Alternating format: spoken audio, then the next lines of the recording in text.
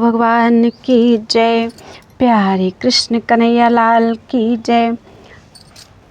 पूज्यपाद श्री उड़िया बाबा जी के उपदेश उपासना खंड चल रहा है और आज है लीला और धाम। भगवान श्री कृष्ण ने माखन चुरा कर खाया। उन्होंने गोपियों के साथ रास लीला की। उनकी इन लीलाओं का रहस्य प्रत्येक मनुष्य नहीं समझ सकता। उनकी इन लीलाओं का रहस्य प्रत्येक मनुष्य नहीं समझ सकता। गोस्वामी तुलसीदास जी कहते हैं, यह चरित्र जानहु मुनि ज्ञानी, जिन रघुवीर चरण रति मानी। भगवान श्री कृष्ण लीला पुरुषोत्तम हैं।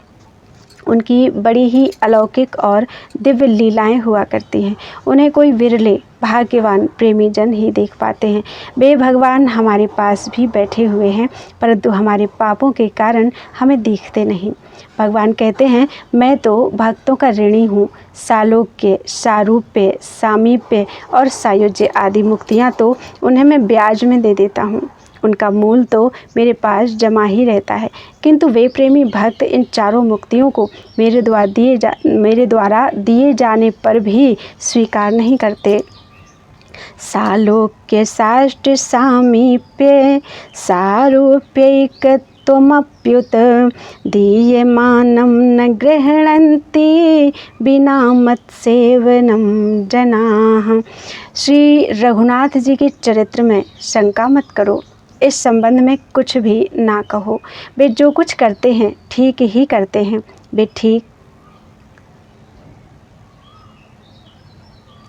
वे ठीक ही करते हैं। श्री रघुनाथ जी को जब हम ईश्वर समझ चुके हैं तो उनके कार्यों में तर्क करने की क्या आवश्यकता है। महान पुरुष जो करते हैं उसे आदर्श रूप मानना चाहिए। उनके उपदेश को आदर्श मानना चाहिए।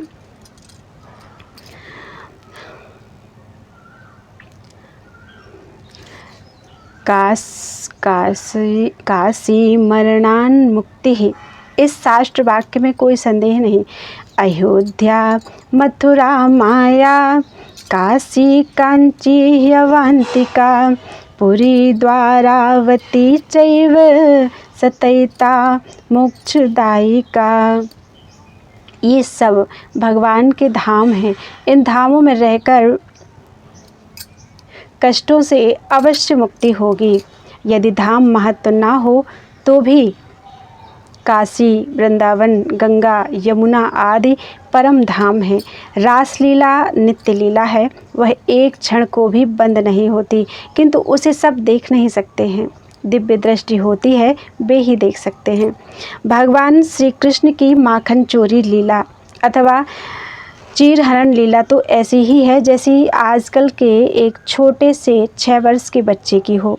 भगवान कुछ चपल थे। आज भी खाने पीने की चीज़ों को अपने और अपने अन्य मित्रों में से चपलतापूर्वक निकाल कर खा पी जाते हैं।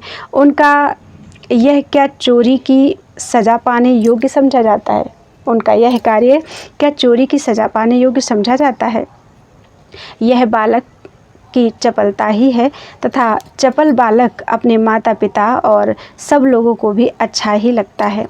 चीरहरण लीला भी ऐसी ही है। इनमें दोष देखने वालों को कम से कम उस समय की भगवान की आयु का ध्यान तो रखना ही चाहिए।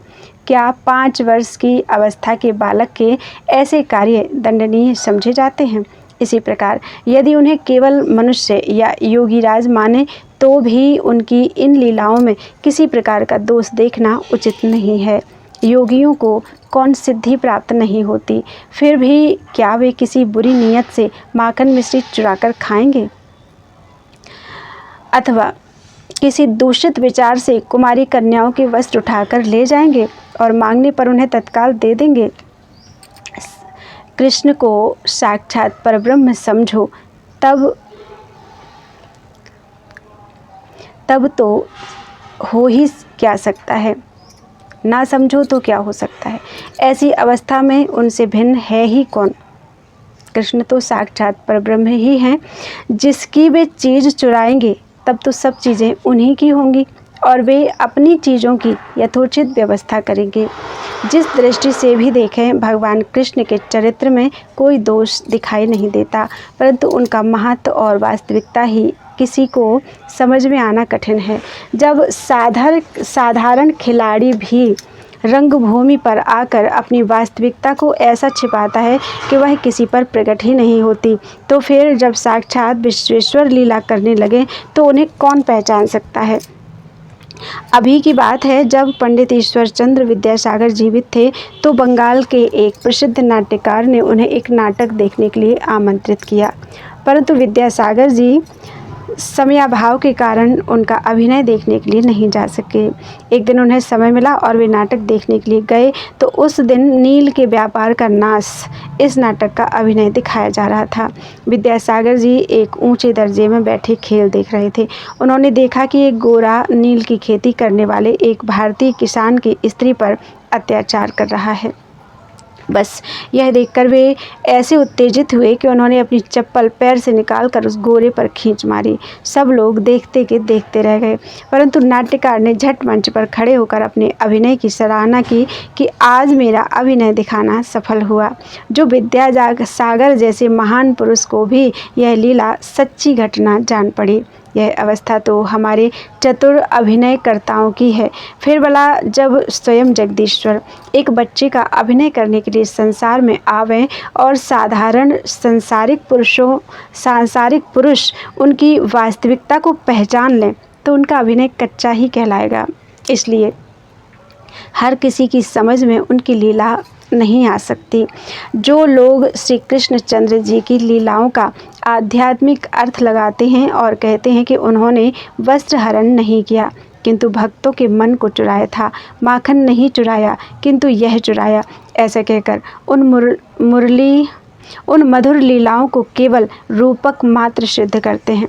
उनका यह मत यथार्थ नहीं कहा जा सकता, क्योंकि वेदों और दर्शनों के पारगामी महान पंडित भगवान व्यास जी कोई कच्ची बुद्धि के बच्चे नहीं थे, जो मन चुराने की बात को सीधे सीधे न लिखकर लोगों को भ्रम में डालते। क्या उन्होंने भक्तों के मन को चुराया था? ऐसी कोई बात नहीं लिखी।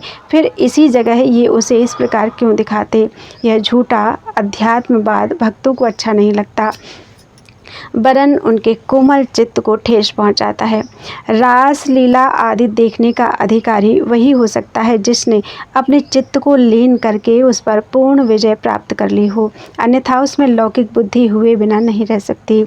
जो दिव्य वृंदावन है वह तो महापुरुषों को ही दिख पड़ता है, सामान्य पुरुष उसे कुछ नहीं जान सकते। राधा और श्री कृष्ण दोनों ही चिन्मय हैं। वस्तुतः ये दो नहीं एक ही तत्व हैं। जिस प्रकार चंद्रमा और उसकी किरण दो नहीं एक ही वस्तु हैं, उसी प्रकार राधा कृष्ण भी एक ही चिन्मय तत्व हैं। केवल लीला रस के प्राकट्य के लिए ये दो हो जाते हैं। उपास्य देव विग्रह में 3 प्रकार की सृष्टियाँ होती हैं, लौकिक, शास्त्रीय और दैवी। यह पत्थर है, इसे लौकिक दृष्टि कहते हैं। यह भगवान का स्वरूप है, इसका नाम शास्त्रीय दृष्टि है। यह साक्षात चिन्मय है, इसको दैवी दृष्टि कहते हैं। इसी प्रकार स्त्री में यह अस्थि मांस का थैला है, इसे लौकिक दृष्टि समझना चाहिए। ब्रजवास 3 प्रकार से होता है, शरीर से, वाणी से और मन से। पहले तो शरीर ब्रज में रहना चाहिए, फिर वाणी द्वारा ब्रज रस का आस्वादन किया जाए। महावाणी अथवा अष्ट सखा या अन्य ब्रज रसिकों के पदों का गान और आस्वादन वाणी से ब्रजवास करना है, तथा मन भी ब्रज में ही लगा रहे, यह मन से ब्रज में रहना है। यदि कोई तीनों प्रकार का ब्रजवास करे तो अति उत्तम है। भक्त को भगवान का प्रसाद सर्वदा पाना चाहिए। उसमें ऐसा विचार कभी नहीं करना चाहिए कि वह रोटी है या पूड़ी अथवा अच्छा है या बुरा। यदि ऐसा विचार रहेगा तो भक्त को इस जन्म में तो भक्ति या प्रेम प्राप्त हो नहीं सकेगा। प्रसाद में विशुद्ध प्रसाद बुद्धि ही रहनी चाहिए। जैसा कहा है, जगन्नाथ का भात जगत पसारे हाथ। श्री वृंदावन तो नित्य और चिन्मय धाम है।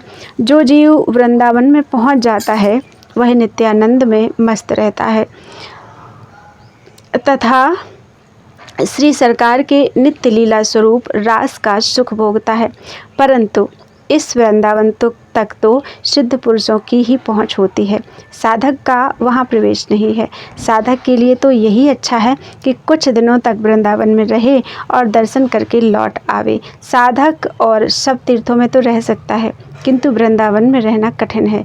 इसका कारण यह है कि वृंदावन के चारों ओर सत्व, रज और तमोगुण की 3 खाइयाँ बहुत चौड़ी हैं। वृंदावन जाने वाले अधिकांश यात्री इनमें से ही किसी खाई में पड़े रहते हैं। असली वृंदावन तक तो उनकी पहुंच ही नहीं होती। जो इन तीनों गुणों को पार कर लेता है, वह त्रिगुणातीत पुरुष ही उस दिव्य वृंदावन में पहुंच सकता है। वृंदावन में आज भी ऐसे सिद्ध पुरुष हैं जो निरंतर नित्य धाम के आनंद में ही डूबे रहते हैं और 6-6 महीने तक श्री बांके बिहारी जी के दर्शनों को भी नहीं जा पाते। खाण के खिलौने के प्रत्येक अंग में परिपूर्ण रूप से खाण मौजूद है। इसी प्रकार इष्ट मूर्ति के प्रत्येक अंग में चिदानंद परिपूर्ण रूप से विद्यमान है। बोलो वृंदावन बिहारी लाल की।